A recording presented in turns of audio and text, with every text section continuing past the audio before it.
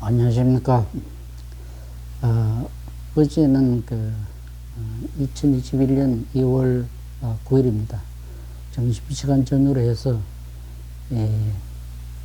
좀 뜻밖에도 독특한 모임에 제가 참석을 하게 됐는데, 이번 민주당 서울시장 후보로 출마하신 박영선 전 장관께서 아마 주최를 해서 많은 건축가들을 패널을 모으고, 또 그 중에 두 분이 서울에, 그러니까 도시에 나아가야 할 방향에 대한 그러니까 세미나가 있었습니다. 근데 저는 일반 출마하신 분들이 보통 얘기하면은 지하철을 어떻게 놓겠다, 또 아파트를 어떻게 공급하겠다, 녹지 공간을 어떻게 확보하겠다, 이런 어떤 하드웨어적인 얘기가 나올 가능성이 많은데, 오히려 굉장히 뜻밖에도 제가 아주 기대 이상으로 깜짝 놀라는 굉장히 좋은 세미나였습니다. 거의 창조적인 제안이랄까? 물론 그 중에는 어떤 세계적인 트렌드도 있긴 했습니다만, 제가 그 얘기를, 그 세미나에 있었던, 예를 들어서 21세기에 21개의 어떤 블록을 나눠서 21분 만에 모든 서비스, 예를 들어서 의료, 교육, 교통, 쇼핑 등의 서비스를 다 한다는 아주 즐겁고 재미있는 주제였는데, 그걸 아마 세미나 기간 동안에 다 한 2시간 동안에 아마 유튜브 방송을 한다고 들었으니까 여러분들 필요하시면 더 자세히 볼 수 있을 겁니다. 저는 이제 그 중에서 이 조신형이라는 젊은 건축가가, 그 젊은지 잘 모르겠습니다만, 이 하버드 대학을 나오고 영국의 AA 스쿨까지 나왔으니까 세계에서 제일 좋다는 대학에서 건축 공부를 하시는 분인데, 그분의 수직 정원 등대라는 개념의 어떤 녹지 공간을 수직으로 올린다는 그 발표가 있었습니다. 또 한 분은 제로 에너지 디자인이라는 회사 이름이기도 합니다. 제로 에너지 디자인을 표방하는 명지대학의 이병주 교수의 또 아이디어 좋은 제안이 있었는데, 가령 이제 한강 남쪽에 이래 보면은 강변 도로에 인터체인지가 많지 않습니까? 인터체인지에 클로버 형태의 어떤 녹지 공간들이 많이 있는데, 그 공간을 그러니까 오히려 서민들을 위해서 거기다가 아파트를 지어가지고, 그러니까 압구정 같은 이런 압구정동 같은 부자 동네만이 한강을 바라보는 게 아니라 오히려 그 좋은 한강변에 그 녹지 공간을 이용을 해서 어떤 오히려 서민적일 수 있는 어떤 이 주거 공간을 지어보자, 그런 제안도 있었습니다. 아주 독특하고 재미있는 제안들이었는데, 그 중에 이제 몇 가지는 저하고 이제 제 개인적인 경험하고도 관련이 돼 있어서, 방금 이게 바로 이 조신영 건축가가 제안한, 그러니까 수직 정원 등대라는 컨셉입니다. 그러니까 이제 큰 광장 녹지 공간에서 또 녹지가 다시 수직으로 올라가서 거기에 사람들이 그 도시에서 이제 산소를 배출하고 즐거운 어떤 도시를 모니멘탈 하기도 하고 만들겠다 하는 제안인데, 아마 이거는 이 세미나를 위해서만 마련된 게 아니라 평소에 그분의 어떤 생각이 디자인하고 있던 것이 이 기회에 발표된 것 같습니다. 다소 이러한 그 컨셉은 여기서 보시다시피 토머스 헤드웍이라는 사람이 조형도 거의 비슷합니다만은 어떤 그 입체적인, 그러니까 이 오픈 스페이스를 수직으로 세우는 개념이었습니다. 그러나 이제 조 건축가는 오히려 더 유기적이고 형태가 어떤 식물 위주의, 그러니까 이 그린 위주의 좋은 제안이었다고 생각을 합니다. 그리고 이제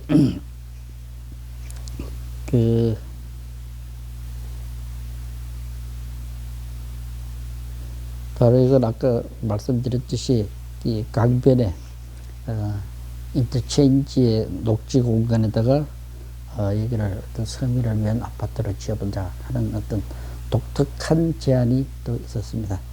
제가 이제 이걸 세미나는 말씀드렸듯이 다 유튜브로 종일 아마 방송을 다 했다니까 거기서 보면 자세한 그 2시간의 모든 그 강연 내용을, 세미나 내용을 다 들을 수 있겠습니다만은, 저는 이제 그 옵서버로서 그냥 한마디 하면서 제 친구 얘기를 했습니다. 예, 세계 건축계에 그린 건축을 특히 이 고층 건물에, 고층에다가 그린을 도입한 걸로 뭐 거의 최초로 해도 아닌, 뭐 당연한 이 말레이시아의 켄양이라는 건축가가 있습니다. 개인적으로 제 아주 제일 친한 친구고, 또 제 아들도 거기 가서 2년이나 같이 훈련을 받고 온 적이 있습니다. 그 켄양에 대한 소개를 얘기하면서 오늘은 제가 설계한, 그러니까 한 45년 정도 지났는 그 이란에 설계했던 알보즈 하우징이라는 프로젝트를 소개하려고 합니다. 그나마 오늘 세미나와 직접 관련이 있다 보니까, 왜냐하면 세계 최초로, 저는 뭐 거의 세계 최초로 얘기할 수 있는데, 한 30여 층 아파트에 묻은 테라스를 온통 숲으로 덮은 제가 설계했던 경험이 있습니다. 이걸 구체적으로 또 설명을 따로 하겠습니다. 그 후에는 그 프로젝트를 시행한 도중에 생겼던 에피소드를 재미있을까 뭐 모르겠습니다만은 하려고 합니다.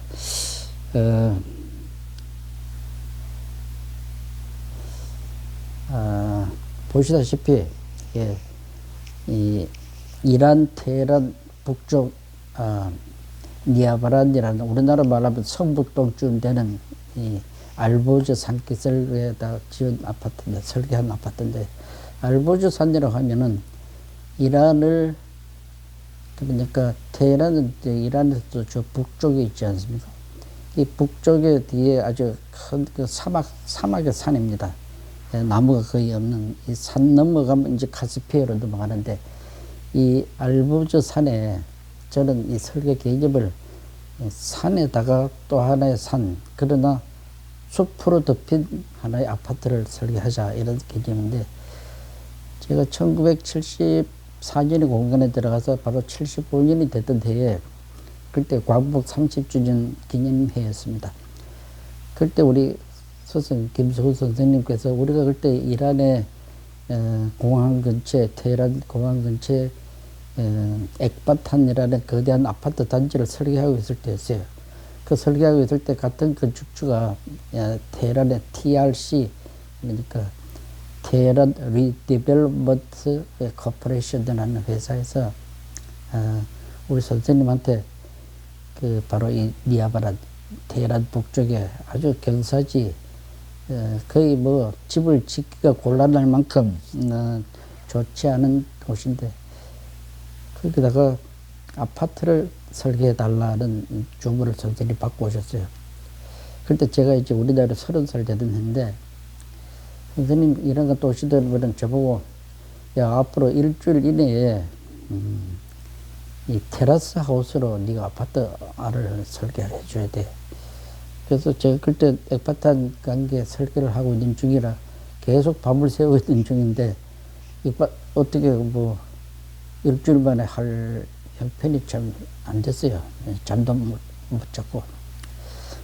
그래서 또 선생님 얘기를 또 안 따를 수도 없고 해서, 회사 출근을 왔다 갔다 하면서는 도저히 이 일을 만들 수 없을 것 같아가지고 한 2, 3일 동안 집에서 그냥 출근하지 않고 집에서 이 컨셉을 디자인을 했습니다. 그때 고민을 했는 것 중에, 여러분 여기서 이 보시다시피 이 약 3m씩 이렇게 한 층씩 건물이 뒤로 셋백 뒤로 물러나는 집인데, 3층이 물러나면은, 이따 저 스케치로 설명하겠습니다만, 앞에 이렇게 테라스를 또 한 1.5m 이렇게 내면은 각 세대마다 한 4, 5m씩 그 넓은, 그러니까 이 테라스가 있죠. 그리고 아파트 폭이 뭐 예를 들어서 한 15m 정도 될 거 아닙니까? 그러면 각 세대마다 뭐 한 20평 정도의 넓은 그 녹지 테라스를 만들 수 있었습니다. 이런 컨셉으로 제가 만든 이게 일본 사람들이 그때 우리가 모델을 맡겼었는데 이 컨셉이 디자인 되기 전에 제가 이제 사실은 이 기본 그때 아는 제가 그린 제가 트래식 페퍼의 마카로 그린 당시에 제가 이 그림입니다. 이걸 보시면은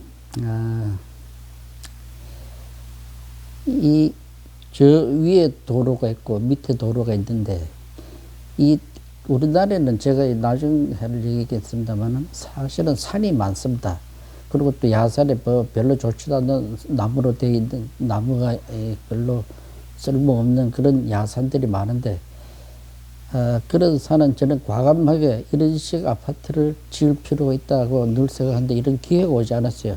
보통 그냥 이렇게 그냥 제가 지금 판교에 살고 있습니다만 남서울 골프장 들어간 입구에 보면은 그 옛날에 아주 숲이 좋았는데 그 숲을 그냥 깎아내고 녹지인데 거기를 또 아마 주거전용 지역인가 뭐 상업지역으로 바꾸는지 그냥 아주 밀집한 아파트로 수직으로 그냥 빽빽하게 세웠어요.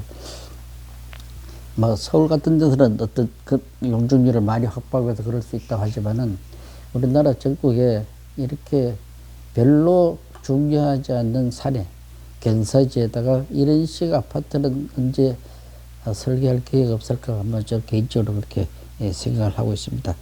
그래서 이걸 아까 보시다시피 다시 이제 본래 이 최종 우리가 이게 완성된 모습이 아니고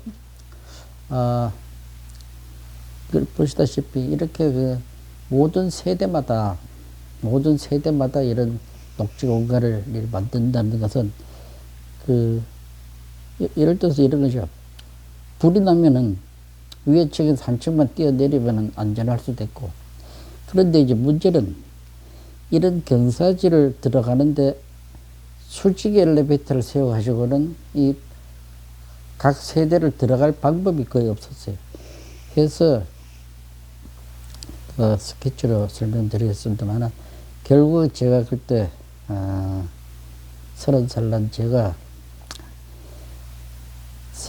45도로 엘리베이터를 눕히자. 건물이 똑바로 서 있던 걸 이렇게 45도로 눕히면은 결국 엘리베이터도 45도로 누워야 한다는 아주 초보적인 발상을 한 겁니다. 근데 이제 세상에 제가 과문한 탓인지 45도로 되는 엘리베이터를 본 적도 없고 들은 적도 없어서 그래서 이제 그러다 그런 것이 가능하지 않겠느냐는 개념으로 디자인을 완성을 했습니다. 일주일 만에 했더니 우리 김수근 선생님께서 이란을 다녀오셨는데 이란 사람들이 너무 좋아서 우리 선생님 야 나보고 천재라고 그러더라 하면서 그러면서 하시는 말씀이 45도 엘리베이터를 만들 수 있는 회사를 찾아서 거기 확인을 받으면은 당장 설계 계약을 한다. 그래서 선생님께서 저보고 야 네가 책임져 45도 엘리베이터 되도록 해봐. 그러다 이게 저도 이렇게 만화처럼 생각을 한 것이지만 막상 실시 설계를 해야 되고 설계를 계약을 해야 된다고 하니까 45도 엘리베이터를 할 수 있는 회사를 찾아야 할 거 아닙니까? 그래서 이제 뭐 우리나라 회사도 물론 컨택을 했습니다만은 뭐 당연히 안 된다고 그랬고 또 일본의 어떤 회사든 기술적으로 가능할지 몰라도 경제성이 없어서 또 못한다 이러고 그래서 여러분 다 알다시피 유명한 오티스사 엘리베이터 하면 오티스사라고 하죠. 오티스사하고 이제 컨택이 돼서 제가 했는데 오티스사 측에서 처음에 답이 오기를 가능하다. 그러나 우리가 연구해보마 이런 정도였어요. 그래서 제가 다시 강력히 반드시 이 프로젝트를 위해서 엘리베이터를 만들어서 납품한다는 확인서를 만들어 달라. 그래서 얼마나 많은 고통에 따르는지 여러분 상상 한번 해보십시오. 당시만 해도 1975년, 76년 이제 초죠. 76년에는 미국과 통신하는 방법 중에 물론 전화가 있었습니다. 그래도 전화도 여러 교화를 거쳐가지고 목소리도 잘 들리지도 않고 또 서툰 영어로 그걸 설득을 한다는 것은 뭐 거의 힘들었습니다. 그리고 팩스가 없었습니다. 그 당시에. 예. 그래서 이제 텔렉스라 그러겠죠. 텔렉스로 해서 뭐 소통을 해야 되는 아주 원시적인 시대였는데 그런 상황에서 막 설득을 해서 제가 오티스트로부터 마침내 자기네들이 납품하겠다는 확인서를 받았습니다. 그래서 이제 그걸 우리 선생님께서 이란에 가셔서 이 실시 설계 계약을 하고 오셨어요. 그래서 제가 1976년에 직원들 몇 명을 데리고 이 실시 설계를 하는데 또 그 이란 측 요구에 의해서 기계 전기는 미국 측에다 맡겨달라. 전기 그러니까 건축과 구조도면은 한국에서 우리가 설계하더라도 기계 전기는 좀 더 선진국인 미국에서 하도록 해달라. 그러지 않으니까 거의 잠을 잘 수 없는 상황이었습니다. 그리고 이제 액바탄 아파트 단지 설계도면은 제가 참여하고 있었고 해서 이제 설계를 마침 76년에 다 끝내고 이란을 공사하는데 파견이 돼서 나갔습니다. 저는 그 우리 김수근 선생님을 이렇게 소개를 한다면은 제가 만약에 제가 자주 하는 얘기입니다. 제가 만약에 지금 현재 21세기인 1월 2월 이 현재에 똑같은 프로젝트를 맡아갖고 설계를 한다. 그래가지고 설계를 다 끝내고 공사를 하는데 책임자를 내보낸다 그러면 제가 누구를 내보내겠습니까? 아마 사우디나 이런데 해외 공사 경험이 많은 베테랑 현장 소장 이런 사람을 구해서 내보낼 거 아닙니까? 근데 그때 이제 이 만 31살 된 저를 김종수 선생님께서 야 나가 이런 사람들하고 하는데 설계 안 되면 가서 해야지. 그래서 저를 내보내셨어요. 영어도 할 줄 모르고 또 난생 처음 해외를 나가는데 나가본 적도 없는 해외에 그래서 일하러 나가서 3개월씩 세보니까 그렇듯이 그 76년 그다음 77년에는 그렇게 해서 일하러 갔습니다.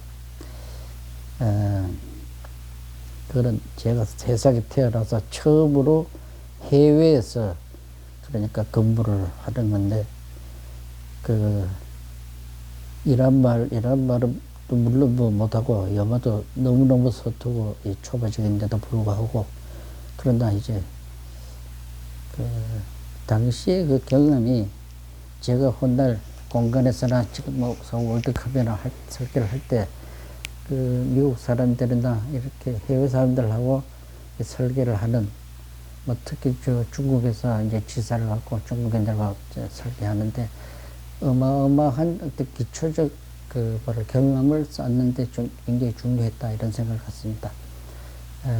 우리 김수근 선생님이 아니면은 어떻게 그 31살 먹은 경험이라고 전혀 없는 저를 현장에 내보낼 수 있었겠습니까?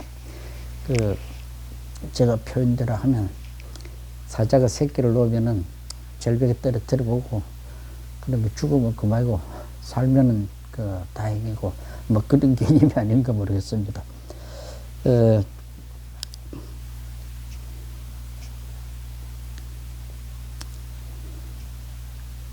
저 뒤에 있는 이 그림은 그 건물의 정면으로 보이는 이 투시도죠. 그리고 이란 현장에서 제가 그 지금의 얼굴과 비교해 보면 제가 만 31살 약 45년 정도 세월이 이렇게 지났습니다. 저도 한때 이렇게 젊은 시절이 있었나 봅니다. 근데 이제 이란 그 현장에서 제가 감동적인 것은 무엇보다도 이 인부들의 모습입니다.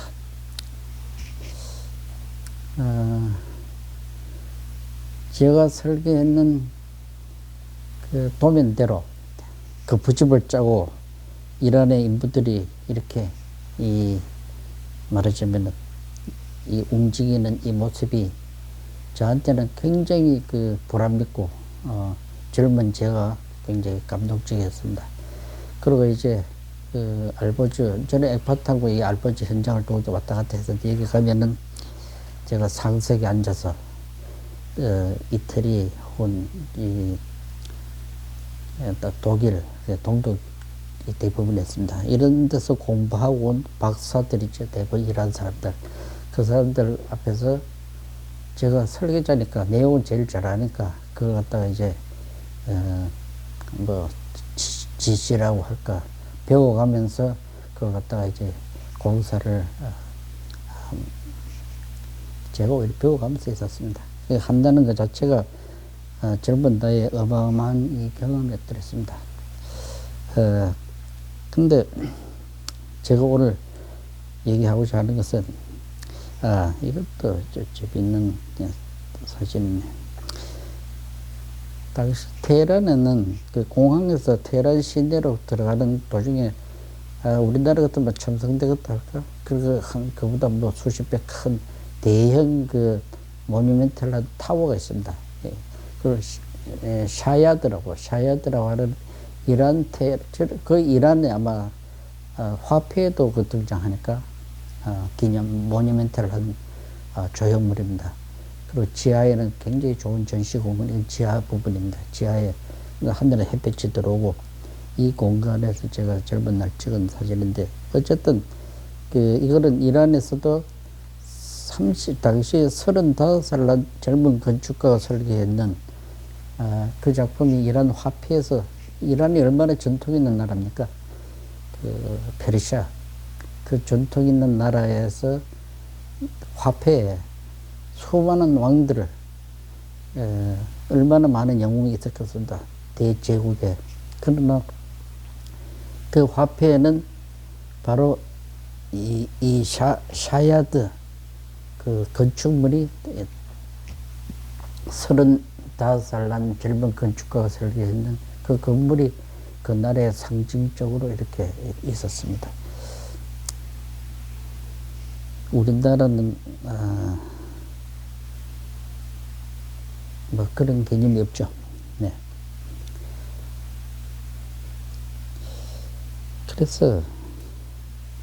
그런데 이제 이걸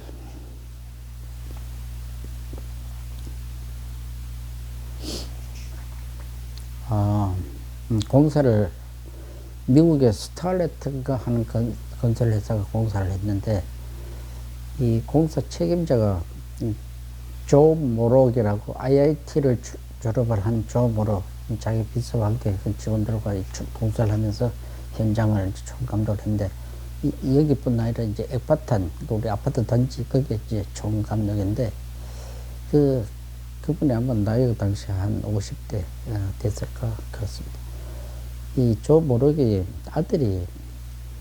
아들도 그 IIT 그 건축가 2학년 학생이 여름 방학이 돼가지고 그 이란에 자기 아버지한테 거기 와서 실습 겸해서 이제 아버지한테 왔어요. 와가지고 있는데 이 현장 소장 이 조 모록이 저를 부르더니만은 부탁이 있대요. 그래서 우리 아들이 여기 이제 실습을 나오는데 오면은 제가 좀 지도를 해달라, 좀 가르쳐 달라.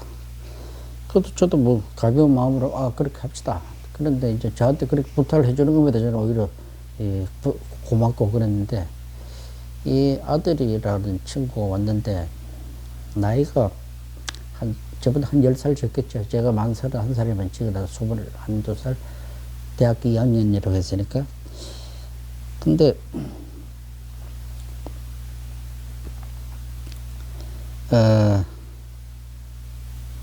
이 아들이라고 왔는 친구가 보니까 덩치가 한 2m 되는, 저는 뭐 1m 60, 좌우가. 거기다가 몸무게도 이제 한 60kg도 채 안 되는데, 이 친구는 몸무게 거의 뭐 90몇 kg에다가 아주 거구의 그 젊은 애가 왔어요. 근데 자기 아버지가 저를 몇 개 놔놓는데, 이 친구가 이제 자기 아빠가 시키니까 저한테 뭐 배운다고 오기로 왔는데, 보니까 제가 조그만한 놈이 저보다 뭐 나이도 더 많아 보이지도 않고, 그러니까 아주 우습게 저를 볼 수밖에 없어요. 뭐 저 이해합니다.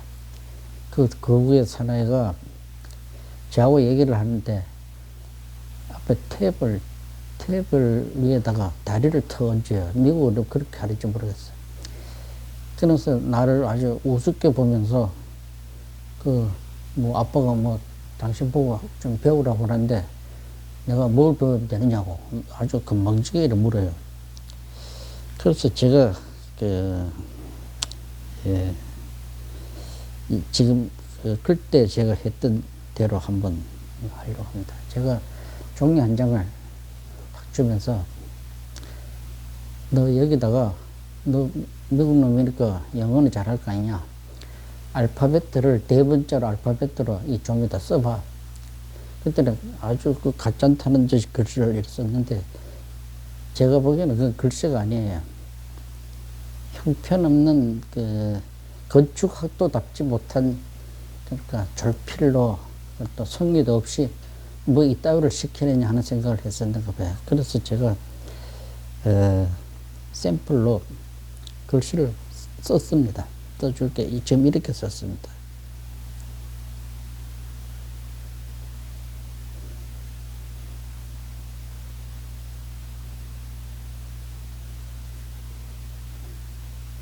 뭐 이렇게 쓰면은 지금 뭐 좀 잘 안 보이는 듯해서 다시 좀 쓰겠습니다.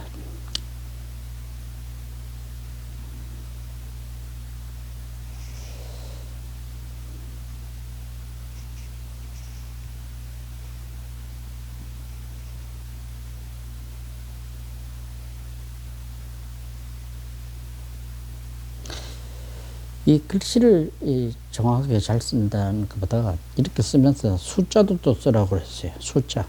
숫자를 제가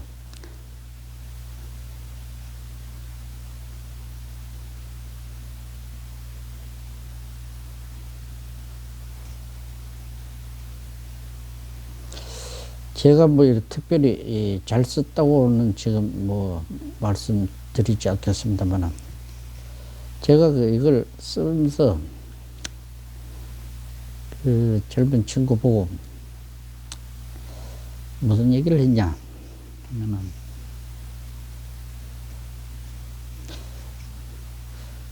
네가 쓴 글씨는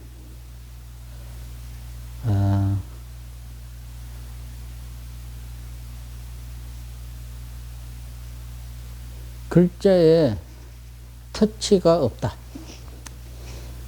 그래서 제가 예를 들어 B자를 하나 써도 강약이 스피드가 있고 강약이 보인다. 근데 네가 명색이 건축가 학생이 이렇게 글씨를 못 써가지고, 한국에서 같으면은 지금 좀 거짓말 한 거죠. 한국에서 같으면은 1학년 마치고 2학년 올라가지를 못한다. 그리고 내 의견은 너는 건축과를 그만두고 다른 과도 전과를 해라. 글씨를 그렇게도 못 써가지고 어떻게 그 건축을 한다고 앞으로 하겠느냐. 그래서 너 아빠한테 얘기하는데 전과를 해야 되겠다. 그게 지금 아주 황당한 거예요. 그래서 제가 다시 제가 무슨 주문을 했냐. 직육면체를 한번 그려봐라 그랬어요. 직육면체를. 그때는 뭐 제대로 그릴 수가 없죠.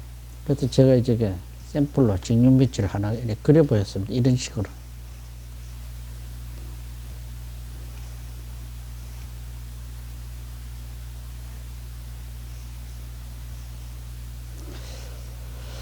그거는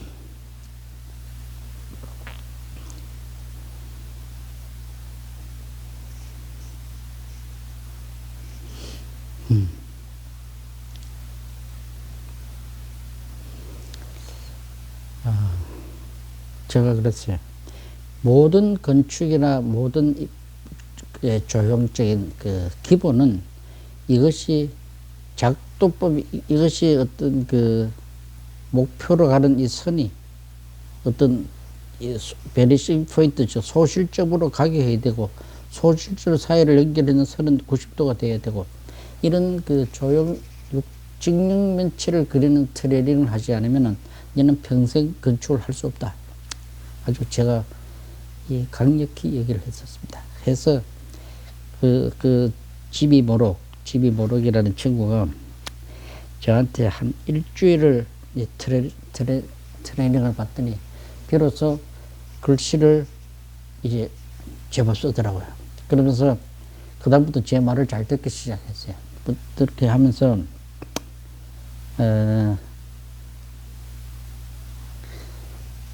제가 이제 왜 직육면체를 그리는가, 그걸 저는 평소에도 이런 얘기를 자주 하는 편입니다만, 이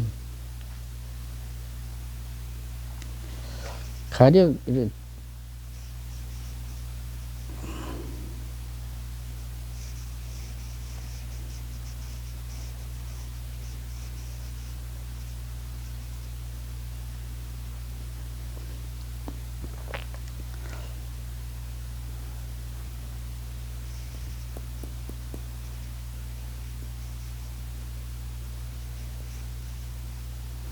이렇게 뭐랄까, 직육면체를 그림으로써 이 부분이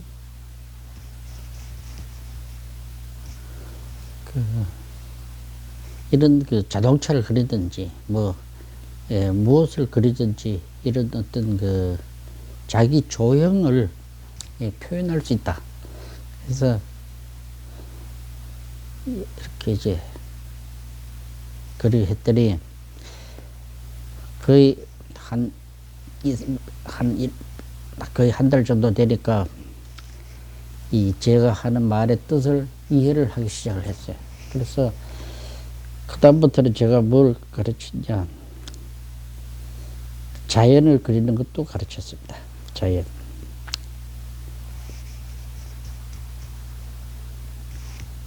자연도 그리고 심지어는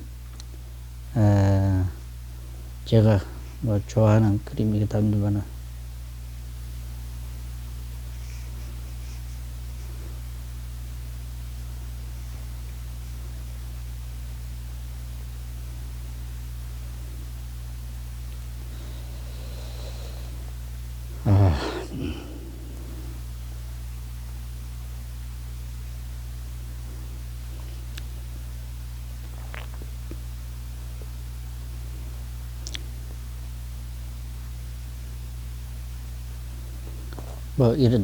이렇게 그리던 이러면서 제가 무슨 얘기를 해준지 하면,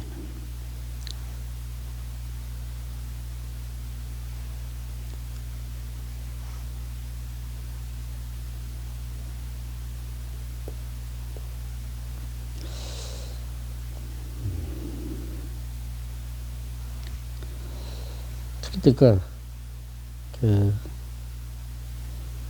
햇볕이 비칠 때 이렇게 요런 콧날이 있을 때는 선이 가늘고, 또 입술처럼 이렇게 이 어두워지는 부분은 선이 이렇게 굵어지고, 그 다음에 이렇게 턱선 것이 가볍게 이렇게 가야 되는 선이 가늘고 꼭 이렇게 가늘고 이렇게 가야 되고, 이런 것을 이제 제가 스케치하는 법을, 그러니까 나무도 그리고 사람도 그리고 토끼도 그리고, 그러니까 비단 건축 건물뿐 아니라 모든 것을 그리도록. 그래서 한 달 지나니까 많이 트레이닝을 밟아서 이 친구 이제 나중에 떠날 때는 정말 달동 같은 눈물을 흘리면서 갔어요. 그리고 한 몇 년 후에 자기가 무슨 직장인 어디 가게 됐는데 추천서를 저보고 써달라고 한국으로 편지가 왔어요. 지금은 이제 나이가 뭐 한 65세, 저보다 한 10년 정도 차이 나니까 지금 어디서 뭘 하는지 모르겠습니다만은, 예,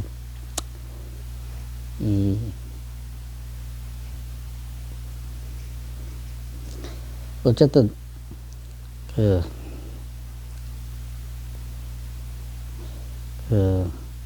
한 사람의 건축학도를 위해서 제가 이렇게 스케치하는 방법을 가르친 적이 있습니다.